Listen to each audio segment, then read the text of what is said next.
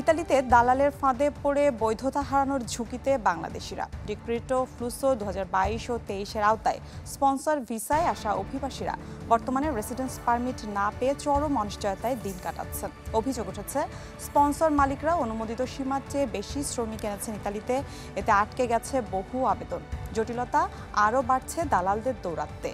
বৈধভাবে ইতালিতে এসেও বর্তমানে অনেকেই আছেন অবৈধ হওয়ার শঙ্কায়। এমন পরিস্থিতিতে বাংলাদেশ দূতাবাস ও সরকারের হস্তক্ষেপ কামনা করছেন ভুক্তভোগীরা।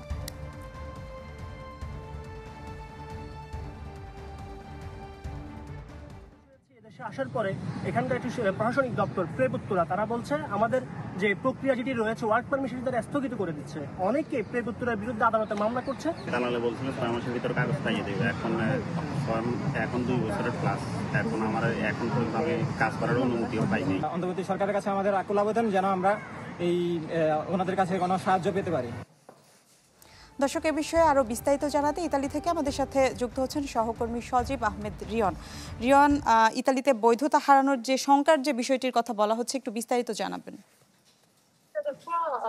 আপনাকে ধন্যবাদ। দালালের খপ্পরে পড়ে বৈধভাবে ইতালিতে এসে প্রবাসী বাংলাদেশিরা অবৈধ হয়ে যাচ্ছে।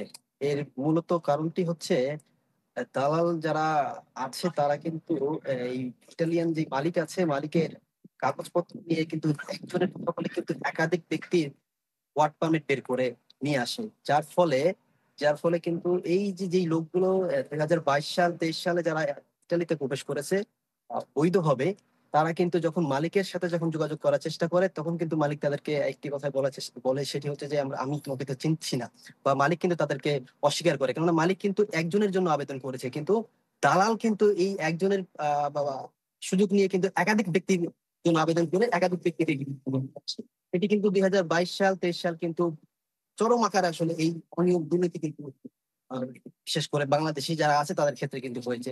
এখন যারা এখানে ইটালিতে যারা বসবাস করছে প্রবাসী বাংলাদেশি, তারা কিন্তু অবৈধ হয়ে রয়েছে। প্রায় 2 বছর ধরে তাদের ডকুমেন্ট বা তাদের কাগজপত্র কোনো কিছু হচ্ছে না, যার ফলে তারা বাসস্থান এবং কর্মস্থান এবং চিকিৎসা কোনো কিছু তারা কিন্তু পাচ্ছে না। তারা একটি মানবিক জীবন আসলে পার করছে এখানে। এখানে বাংলাদেশ আসলে দূতাবাসের সাথে আমি কথা বলেছি, দূতাবাসের রাষ্ট্রদূতের সাথে আমি কথা বলেছি। তিনি অফিসিয়ালি আসলে কথা বলতে রাজি না হলেও আমাকে খুদে বার্তা তিনি জানিয়েছেন যে তিনি এই বিষয়টি আসলে দেখছেন এবং এটি নিয়ে তারা কাজ করছেন। এবং এখানকে যারা ভুক্তভোগী যারা আছে তারা কিন্তু আগামী সপ্তাহে একটি আন্দোলনের ডাক দিয়েছে। তারা এই বিষয়ে আসলে বৈধভাবে ইটালিতে এসেও অবৈধ হয়ে যাচ্ছে, এটা আসলে সরকারের দৃষ্টি দেওয়া উচিত বলে তারা মনে করে। তারা আগামী সপ্তাহে একটি আন্দোলন করার কথা জানিয়েছে আমাকে, এবং আগামী মাসে জর্জিয়া মিলনি বাংলাদেশে 3 তারিখে, আগস্টের 3 তারিখে বাংলাদেশে তিনি যাবেন। হয়তোবা সেখানেও এই বিষয়টি নিয়ে আলাপচারিতা হতে পারে। এই ছিল বিস্তারিত।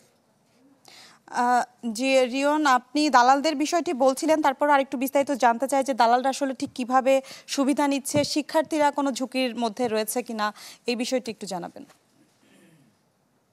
আসলে বিষয়টা হচ্ছে দালালের বিষয়টা কিন্তু প্রত্যেকটা সেক্টরে এই যে ফ্লোসি আসলে ডিক্লেয়ার করা হয়, দালাল কিন্তু একটি চক্র কিন্তু সক্রিয় হয়ে ওঠে এই ফ্লোসিকে ঘিরে।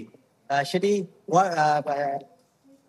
স্টুডেন্ট ভিসা থেকে নিয়ে টুরিস্ট ভিসা, প্রত্যেকটা বিষয় কিন্তু তারা সক্রিয় থাকে এবং তারা এই বিশেষ করে বাংলাদেশি যারা আছে তাদেরকে কিন্তু টার্গেট করে থাকে এবং তাদের থেকে প্রায় 20 থেকে 22 হাজার এরও পর্যন্ত তারা কিন্তু নিয়ে থাকে। এবং তারা কিন্তু এই টাকা নেওয়ার ফলে এক পর্যায়ে যারা ভুক্তভোগী যারা ইটালিতে আসে তারাও কিন্তু অবৈধ হয়ে যাচ্ছে, এখানে কাগজ পাচ্ছে না। এবং ইটালি সরকার কিন্তু এই দালালদের প্রতিও কিন্তু একটি বড় অভিযান আসলে তারা শুরু করেছে।